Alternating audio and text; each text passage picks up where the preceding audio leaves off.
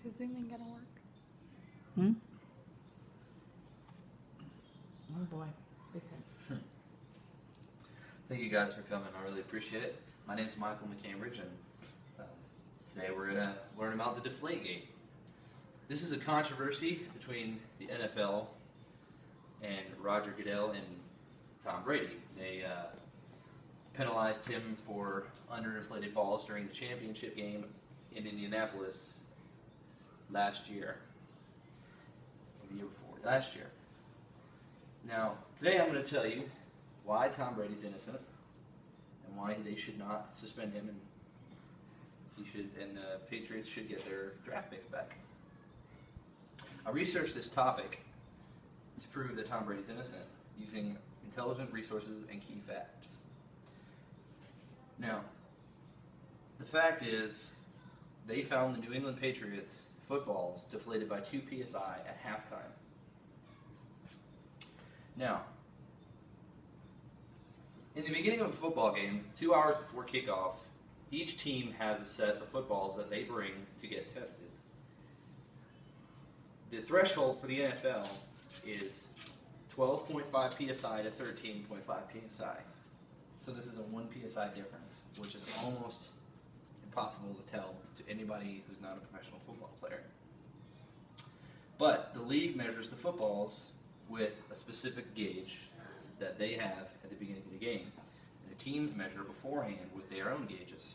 So, right away, you're looking at different measurements because 2 gauges are never going to be the same thing because nothing is made perfect.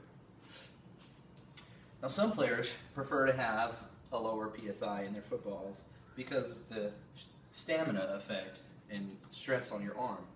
After holding a football for a long period of time, your arm could get tired the heavier it is, and people can get a better grip on a football that has less air. Because the larger it is, your hand is going to have more muscle on it. Now that is why people complained that the Patriots' balls were underinflated. The balls are stored at room temperature at the beginning of the game, about 74, 73 degrees, around there.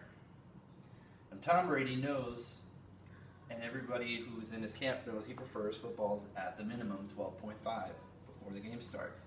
Now, at halftime, at the halftime was when they measured the footballs. So during the start and the halftime, they complained about Patriots footballs being too deflated because during an interception of the game, one of the players on the opposite team had decided that when he grabbed the football, it was underinflated. Now, what they did was, as soon as halftime came, they took all the Patriots footballs into a room right away and tested them. And they came to be 2 psi lower than the 12.5 they started out with in the room temperature. The Colts footballs were placed in a room to the side for about 15 minutes at room temperature. So right here, we're looking at what happened. The footballs for 30 minutes of the game were sitting out in the cold, and they were losing PSI. Because the colder air is, the denser it gets, and it shrinks.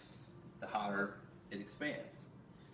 But most of the time, these players aren't even using the footballs. They're sitting on the ground where it's cold, because in Indianapolis during this championship game, the temperature was below freezing.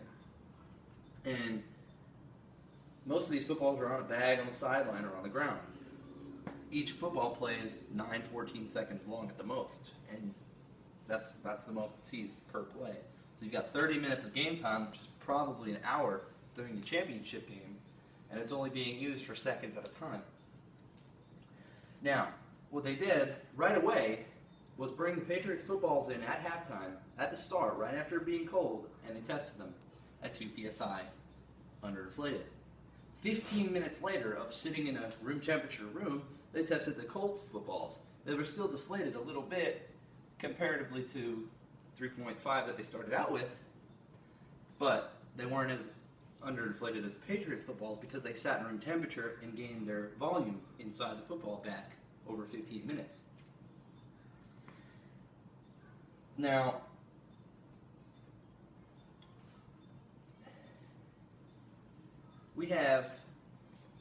there's a very complex mathematical situation that the Wells report failed to use, called the natural law of gases, to explain the temperature rise and fall. It's very complex. It consists of large and small numbers that make absolutely no sense to the average person. U's, A's, B's, I's, Y's, and E's. They didn't use that in the Wells report, which was what they used to suspend Tom Brady. Now, economic perspectives, which takes the Wells report and explains what they missed, explains that they didn't use this, and that if they did, they would have found out that with the temperature that they started, the temperature that happened during the game, and the PSI fluctuation, it would have been exactly the same with the Colts footballs that they didn't do. And adding in the failure of exact gauges readings, it comes out to a negligible difference of the PSI that 2 PSI underinflated they found, and what would have happened the same exact way with the Colts footballs that they let sit and gain their volume back. So essentially, NFL failed to incorporate the law of natural gases to find that this exact PSI drop is what would have happened. Now you're thinking, duh, why wouldn't they have done this in the first place? Well, if you fail to do something and you're as big as the NFL, you really don't want to be found out that you missed something and look stupid. So they had two options: to pursue the natural gas law and prove themselves wrong, which they don't want to do, or they could have just admitted what they were wrong. They didn't do that either. So the fact is, cold temperature affected the Patriots footballs and they lost air density. Colts footballs sat in a room for 15 minutes and gained their density back. That explains the discrepancy that they claimed was the Patriots affecting the footballs. Now that you know that Tom Brady was innocent because obvious facts, cold temperature makes air, PSI, drop, what I would like you guys to do is go to change.org and look for the Tom Brady is innocent petition and sign it, because I don't believe that someone should get fined for something they didn't do.